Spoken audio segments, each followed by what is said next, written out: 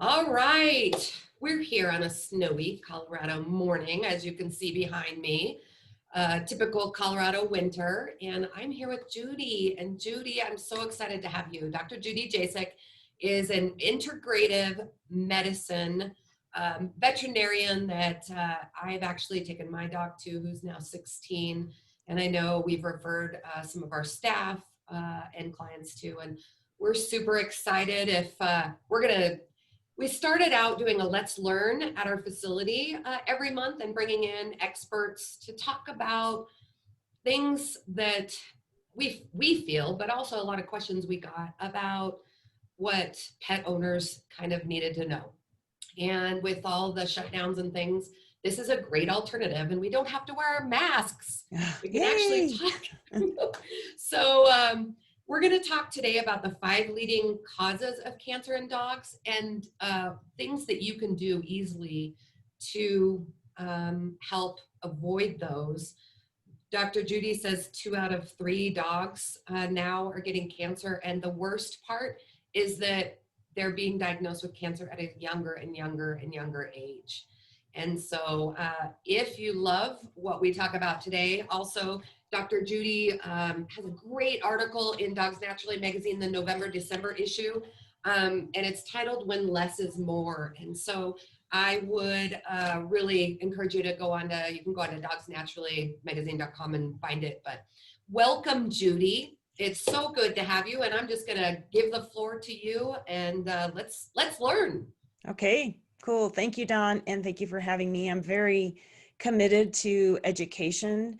I think there's a lot of information that pet parents don't always get at their more conventional veterinarians, and because I see the cancer rates in dogs and cats both continue to go up, I just think it's so important to get this information out there and give people some action steps, things they can start working on today to help prevent this devastating disease, from their pets, rather than waiting until you have a diagnosis and then you're coming in to see me. Let's get going now and help prevent this. So if we have it, prevention is always so important. Oh, absolutely. Yeah, absolutely. I mean, I love I work with actually a lot of puppies more and more all the time. And I love the opportunity to get puppies off to a healthy start, because I'd rather be doing that than seeing them back a few years later for cancer, and I think that's where in puppyhood is where a lot of the immune system dysregulation happens from things like over vaccinating. And we're going to talk about vaccines here today. But I think a lot of immune dysregulation happens in these young puppies that get so many vaccines. And then if they're not on a great diet, they sometimes don't fully recover from that. And their immune systems just can't handle the mutations and changes in cells that happen, out in the world. So different than what we've been taught 30 years ago, 20 years ago, 10 years ago. Right. And I look at it like, okay, I know the conventional side of treating cancer is, basically you have 3 options: surgery, chemo, radiation. And, in my article in Dogs Naturally, I talked about doing less rather than more and focusing on the natural healing ability of the body, which is my approach to working with cancer patients. And I think that's really important. I started looking at alternatives for cancer therapy because the rates just keep going up. So if the conventional approach was so great, then why are our cancer rates going up? Like, clearly we need to be doing something differently. And that's when I really started looking at this and what can we do to help support pets and help keep them from getting cancer, or help keep them healthier once they get it, and helping their bodies to manage it. And I'm finding in more and more cases, it can be manageable by supporting the natural healing ability of the body rather than just focusing on attacking the cancer. Nice. Well, let's dive in. So you have the number 1 on your list is improper nutrition. So let's talk about that. Right. So this is key. I as a mean, guide. this is the most important thing. If you do nothing else for your pet's health, getting them on an appropriate diet is the most important thing. And I don't recommend feeding kibble ever. I don't think there's any good ones out there. I definitely recommend fresh food feeding, whether it's a true raw diet, which is the freshest, or there's a lot of dehydrated, freeze-dried products. There's some lightly cooked products out there. But the thing with kibble is all kibbles are about 50% carbohydrate. So whether it's grain or whether it's grain-free, doesn't really matter. All of those carbs. So in the grain-free, they have things like lentils, beans, peas. You see a lot of pea protein.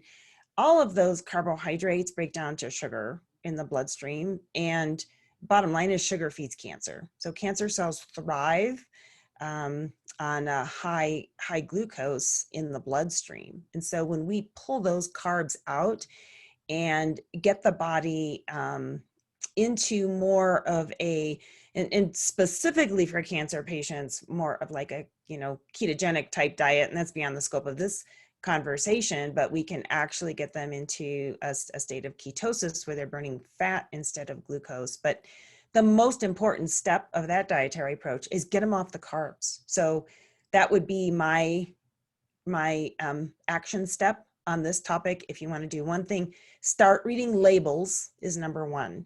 And when you see, grains, or again, the beans, peas, lentils, all these other products in there, start to minimize those ingredients and start looking at fresh food alternatives. And, this is something that, I assist with this transition. If you need more help, but there's a lot of options and a lot of products out there. If you're not comfortable going full raw, I don't really recommend home preparation unless you really know what you're doing as far as balancing a diet, because that's very tricky. And I've seen a lot of pets malnourished because people just were not informed about how to properly balance a diet. So there's a lot to that, and we're not going to get into all of that here. But the bottom line is minimizing the carbs. Also in treats, you don't want to feed treats that are grain-based. Pretty much all of your biscuit type treats are going to have that same carbohydrate load. So start reading labels, be informed. I think it's so important, and especially these days with the COVID lockdowns and that you can't go in to your veterinarian with your pet, you need to be able to advocate for your pet. So you can't just go, approach your pet's health blindly following, recommendations. You need to be able to ask questions and be informed. And so read labels, know what you're feeding your pets. If there's a bunch of chemicals that you can't pronounce and you don't know what they are, shouldn't be feeding those. So getting more on a fresh food diet, that would be the number one action step that I would recommend. Yeah, I absolutely agree. And sometimes when I'm talking to clients as well, I say, even if you have to do baby steps, even if Right. you have to start feeding dinner as a whole food, freeze dried, lightly cooked, frozen, because people want to feed kibble because it's so easy. But the flip side of that too is we get lots of complaints about dogs that aren't really crazy about their food. And I'm like, well, you wouldn't be either if you were eating a bunch of highly processed pieces of brown stuff. Right. And I see So that turn around all the time when we switch to a fresh food diet. I'll have clients come back in and say, oh my gosh, my dog's never eaten like this. They love to eat. They can't wait to eat. I mean, I hear that all the time. And it's just like you were saying, the kibble is over processed, toxic, dead food. Is that what you'd want to eat, right. as your exclusive diet for the rest of your life? Exactly. And same thing with treats. We like those single ingredient meat, freeze dried stuff, and the dogs go crazy over it. And it's like so much easier to train them. We're in the training business too. You get a good treat that they love, and they'll do just about anything for it. So, yeah, I mean, we could have, and we might have to have a whole conversation about food on a next Zoom, because there is so much to it. And I think saying just be aware and your independent pet food retailers too tend to know a little bit more, some of them, about Hmm. nutrition, because that's their job. I mean, their job is to know what's out there and what's available. So anyway, Okay. let's move on Okay. to vaccines. Okay. So So this is another thing that is very easy to remedy. Just don't vaccinate your dog. Don't vaccinate your dog more than necessary. I'm not saying don't ever vaccinate your dog, but minimizing vaccines is huge. And this is something so easy to do because you're doing less. This is another when less is more. So I feel very strongly that second to nutrition, over vaccinating is a huge, huge problem with dogs, and it disrupts the immune system to the point that it makes them more susceptible to things like cancer and autoimmune disease. There's always cells in our bodies and our pets' bodies that are changing and mutating that could potentially grow into cancer cells. And the immune system, a healthy immune system, will be eliminating those sick or damaged cells. When the immune system gets dysregulated, and by that I mean kind of doesn't know what's friend or foe, what should it be eliminating and what should it be supporting. And this is why we get autoimmune diseases where the immune system attacks the red blood cells or the skin or some other part of the body. And I'm very, very animate about minimizing vaccines. If you're starting off a new puppy, I recommend monovalent vaccines, which means that there's only one component. So if I'm going to vaccinate a puppy, I do just parvo and just distemper, and ideally I spread them out. So they're only getting one component at a time. Your average vaccine at the vet's office, when you take a puppy in or your adult dog for their boosters, these are huge combination shots, 4, 5, 6 different antigens in there. And it's very disruptive to the immune system. And then I see pets getting things like leptospirosis. I don't ever recommend the lepto vaccine. I see such a high reaction rate, and I can't even tell you how many times I see pets get their first cancer diagnosis with 1 to 3 months after having that lepto vaccine. Not that that's necessarily a direct cause, but again, it disrupts the immune system, and I think it pushes them over the edge if they're getting vaccines like that every single year. Things like bordetella, only if necessary. If you absolutely have to give it to go into a facility for training or boarding, give the oral form. I also have homeopathic no-sodes, which is a whole other topic. We could probably do another Zoom just on vaccines. So no-sodes are an oral homeopathic way to vaccinate. And that's an option for, any vaccine, including the bordetella, the lepto, parvo, distemper. I have all those in a homeopathic form. Rabies is a little trickier because there are regulations. So if you want to keep your pet, quote unquote, legal, the rabies does need to be given, but in adult dogs, it's only once every 3 years. So I honestly recommend doing, like for puppies, I do very minimal vaccine protocol. And then I recommend doing titer testing, which means we measure the antibody levels. So we do minimal vaccines and then we check a titer rather than giving 3 or 4 boosters. I'll do 1, and I recommend starting the puppies a little bit older, like around 9 or 10 weeks, not when they're 5 or 6 weeks, where their immune systems are just developing. And they have antibodies from the mother dog on board too, which tends to make them not respond as well to the vaccine. So I like to start them a little bit later with these monovalent vaccines. Then we do a titer, and about 80% of puppies will have a good titer with just 1 set of vaccines. And then we don't need to do the boosters. And the other thing about vaccines, and this has been proven in immunology, is that the pets, once they build that immunity as a puppy, that immunity doesn't go away. So there really is no need for booster shots from a health perspective. They're very nice for making money for the vaccine companies, but for your pet's health, I think they do more harm than good. And if we are focusing on having a healthy immune system through good nutrition, and which is the fresh food diet that we were talking about, and supporting gut health, because a lot of the immune system, majority of the immune system starts in the gut. We keep the gut health. We work on creating a healthy microbiome. Pets are not going to get as sick if they do get exposed. They're going to be able to handle these diseases. I think there's much more harm done from over vaccinating than, you know, allowing the pet's immune system to, or supporting the pet's immune system in doing what it does naturally. The body knows what to heal. And there's this common paradigm out there that, well, if we just keep vaccinating them, then they're going to be healthy. And I don't find that to be the case at all. I definitely find that they do more harm than good, especially when used repeatedly in the form of booster shots.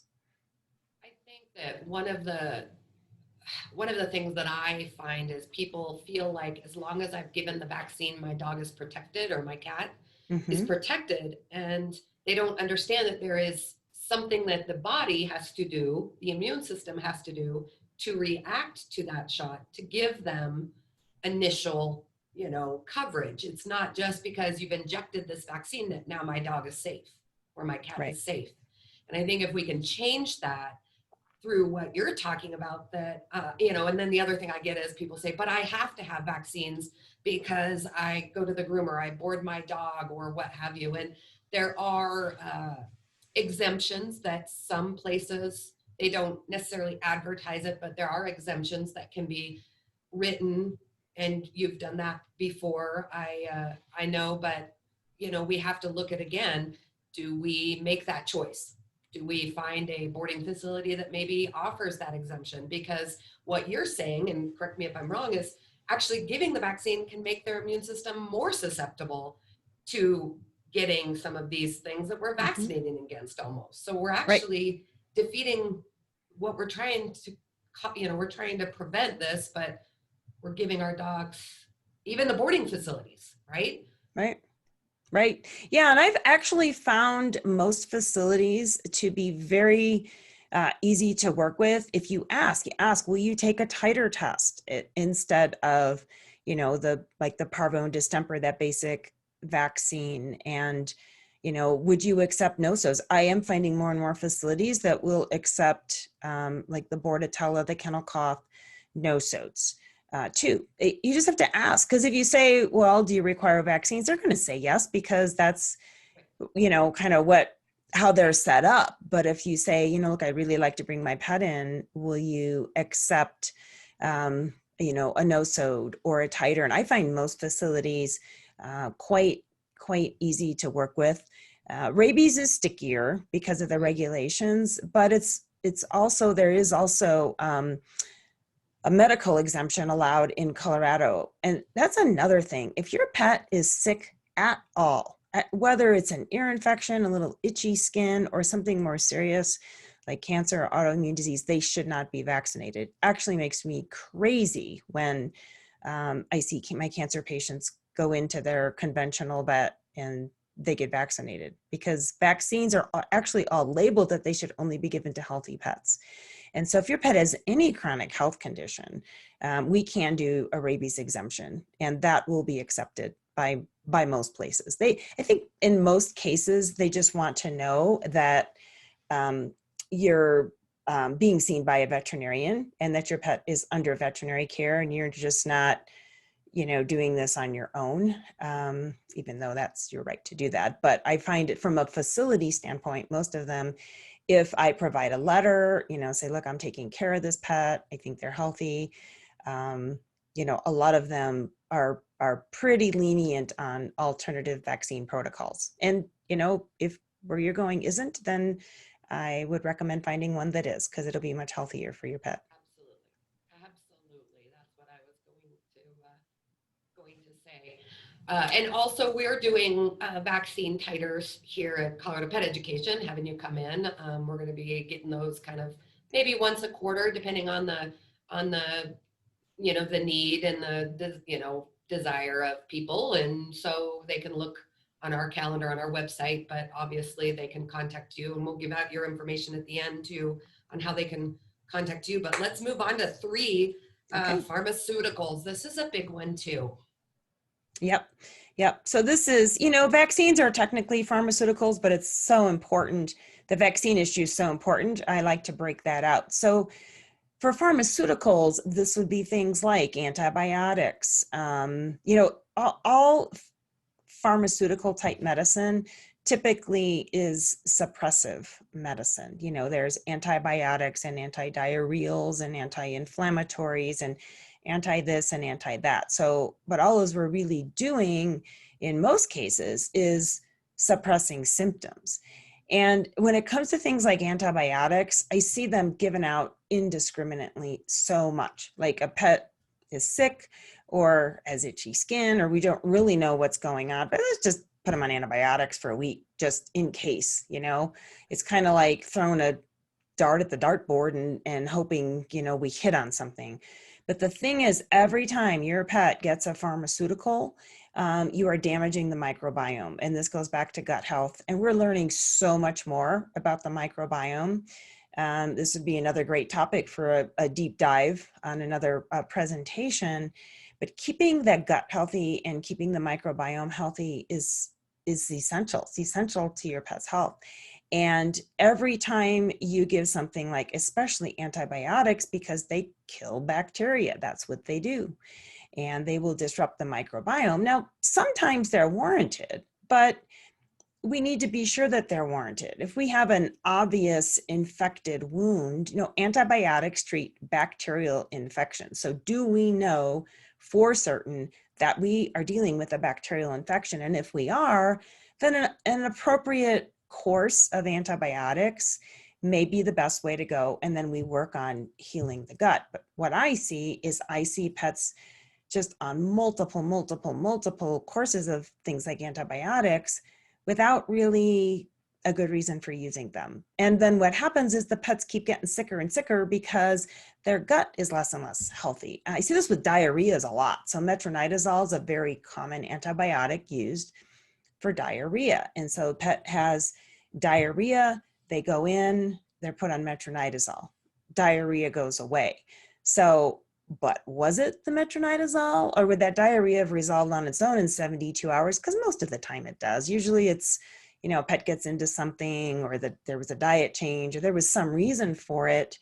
But every time the pet gets treated with something like metronidazole, their gut is less and less and less healthy, and they're going to get more and more and more bouts of diarrhea. And if we take a step back and say, instead of jumping to that antibiotic, say, what can we do to get this gut healthy and work on that? Then we can heal the gut and clear up the problems, with the stool, without having to go the route of antibiotics. And other, suppressive medicine like pain medications. Sometimes pain medications are necessary. I see some cancer patients that are quite painful, especially things like bone cancer. I'm not going to deny that patient pain medication because quality of life is the most important thing. But a lot of times I'll see people come in and their pet's on a couple pain meds, and I'll say, are they working? And I'll be like, I don't know. They were put on them. I was told to stay on them. I don't know. Well, we need to find out, is it helping? Is it an appropriate pain medication? Because if it's not helping, then let's not be impacting the pet's body with that medication. Let's find something that works if we're going to use something conventional. And also in this category, we were talking about this before we started, are things like chemotherapy, which I will, tell you my opinion on that is that I don't ever see good results. What I see with chemo is sometimes we get short-term results. So maybe a reduction in tumor size. But what happens is there's always going to be cancer cells that escape the chemo. And when those cells take hold and grow back, they grow back with a vengeance. And then we've completely wiped out the pet's natural immune system with the chemotherapy, and they don't have a chance. And so we'll see these short-term results. Cancer comes back with a vengeance. And then a lot of times, we're done.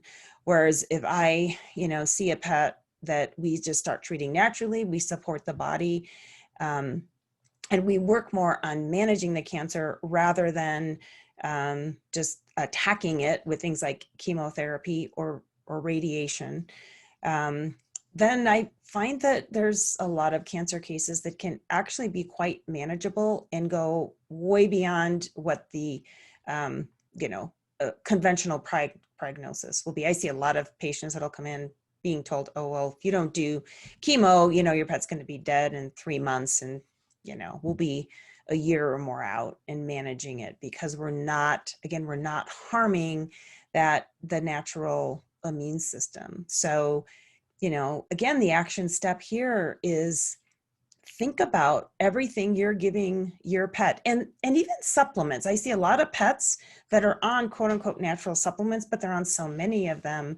And your pet's body has to work to process everything you give it. So I think the biggest takeaway is make sure that what you're giving your pet, whether it be a pharmaceutical or whether it be a supplement, make sure it's targeted and make sure that it's helping. I see people, with all the online availability, people will order different things and just stack them and stack them and stack them.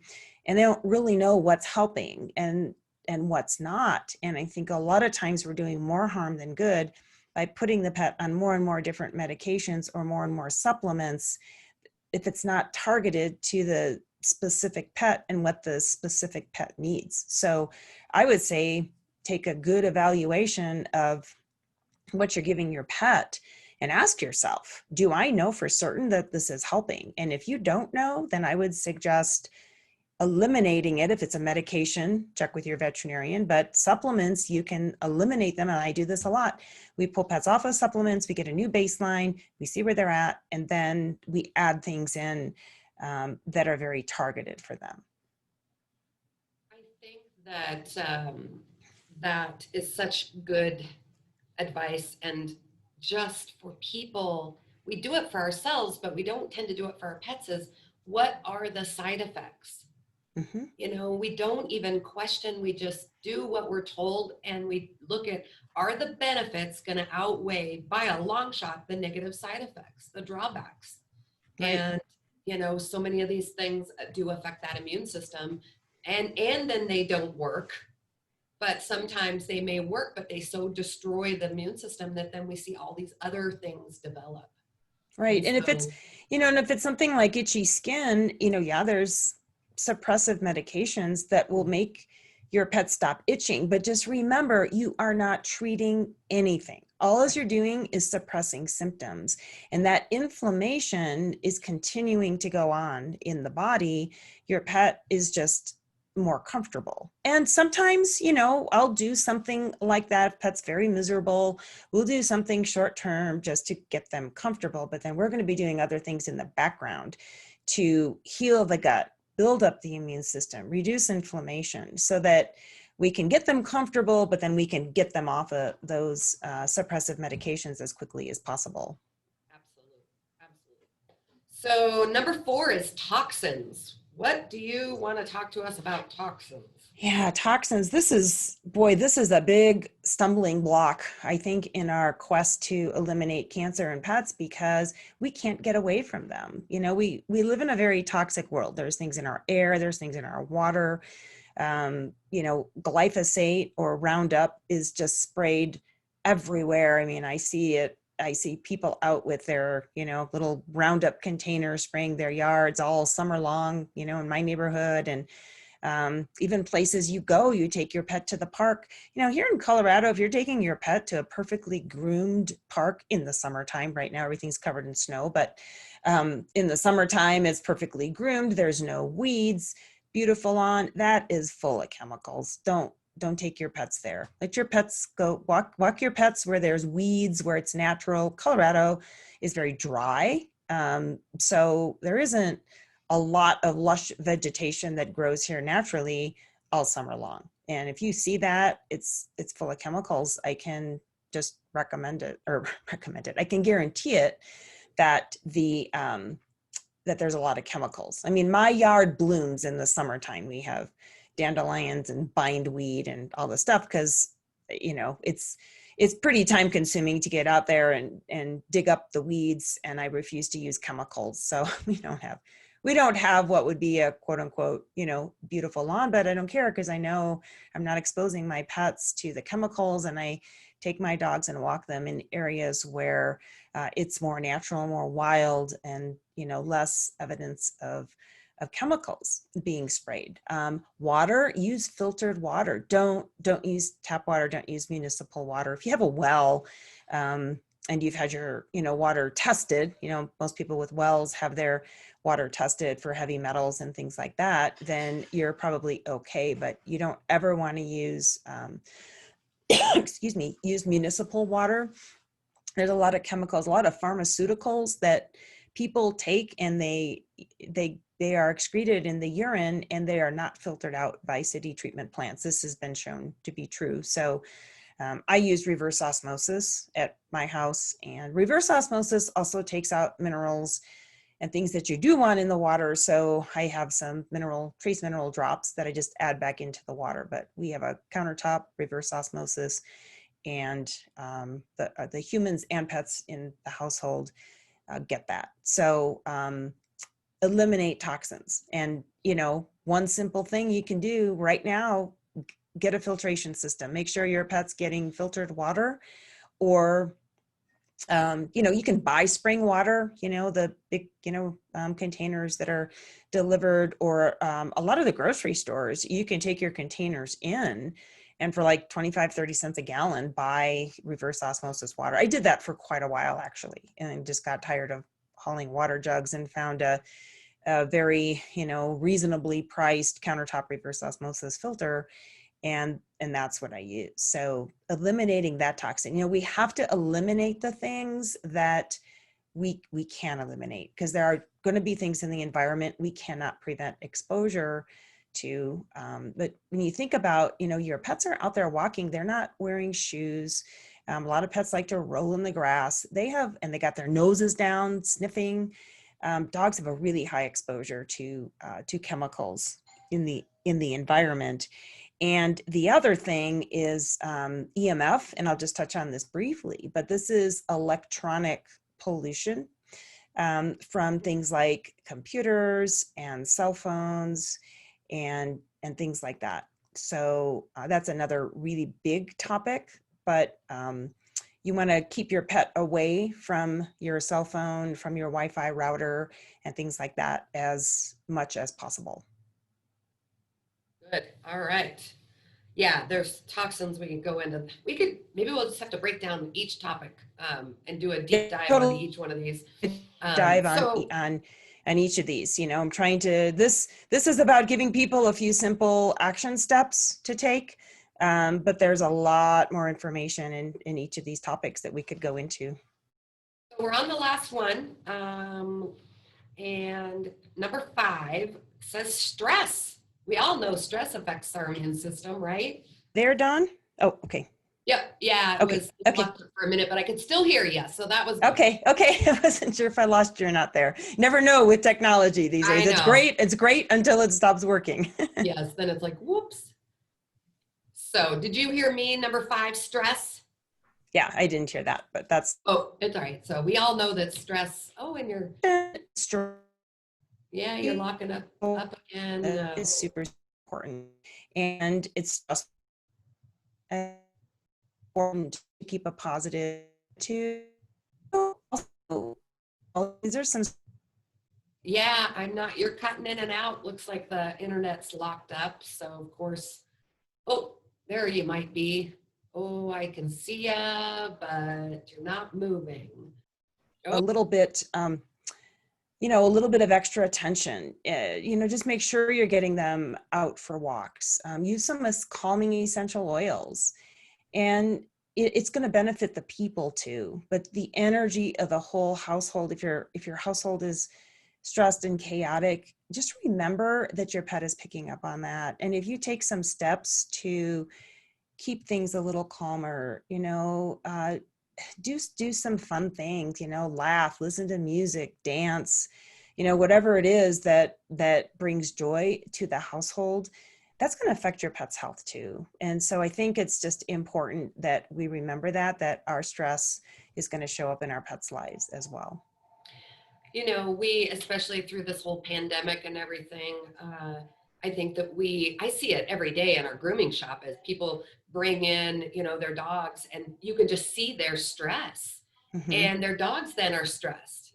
And so I tell them, just, you know, just don't, you know, they'll pick up on that. And then they feel like there's a reason to be worried. Right.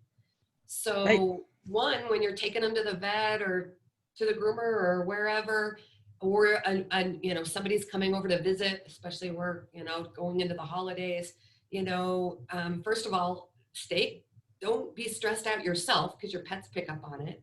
Do those things that you mentioned about that keep us less stressed, because then in the end it helps our pets, because they feed off of us. And you know, we all know that those days when we have those sad days and all of a sudden our pets are glued to us, they pick up on that stuff. And Yeah, so um, absolutely. very important to just sort of and get out and do the things that make you happy.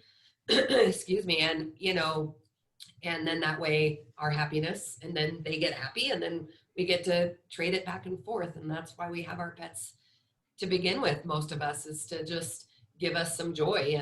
And so, well, super Yeah. cool. I know you need to run because you got to go see patients. Mhm. This has been super helpful. I know we'll have to do it again. And Animal Healing Arts is your business. Mhm. And is it animalhealingarts.com, your It's website? it's ahavet.com. ahavet.com. All right. Mhm. Wonderful. And you can Google Dr. Judy Jasek, Jasek.